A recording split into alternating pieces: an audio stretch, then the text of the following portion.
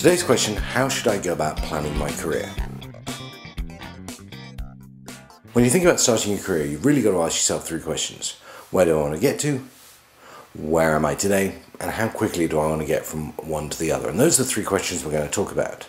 Look, you need to decide what success looks like for you at the end of your career. It may seem early in your career to do it, but you really need to be able to articulate in terms of the things that matter to you where you want to end up. And now that might be about money, that might be about career status, it may be about your social position, it may be about all sorts of things. But define what's important to you and where you think you're going to be when you retire. Then go back and work out where you are today. Use the same elements of the decision you'd made around where you want to get to define where you are today.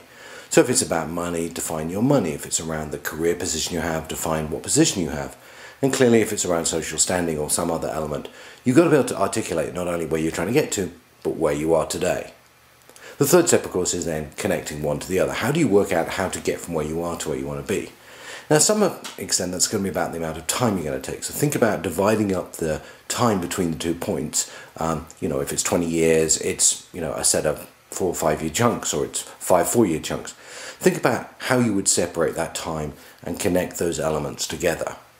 Then start planning the different jumps you're going to need to make. So if you want to end up as the chief marketing officer of a large company, you probably need to be a VP somewhere and a director somewhere and a senior manager somewhere, and think about those steps and how those steps fit into the time frame that you've given.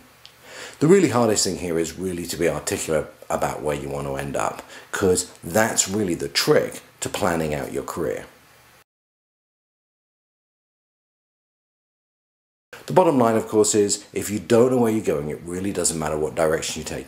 Take the time to be really articulate with you or your partner or your family about what your career aspirations are and really start working towards them. Because as Alex says in Alice Through the Looking Glass, if you don't know where you're going, it doesn't matter what direction you take.